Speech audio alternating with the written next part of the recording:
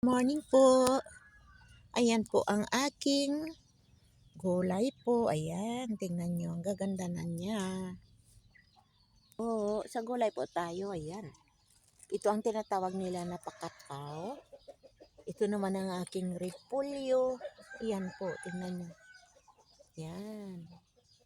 Dito po sa aking garden. Manangkak na. May paksi pa po. Ayan ang aking mustasa. Pinabunga ko na lang po siya. Dahil akin naman po siyang itatanim ulit. Ayan po, tingnan nyo. Ayan. Ito pwede nang kainin. Mas maganda po ito dahil wala po siyang hindi ko po siya na-sprayhan ng mga gamot. Ayan, natural na planting lang po. Yan po. Oo, yan.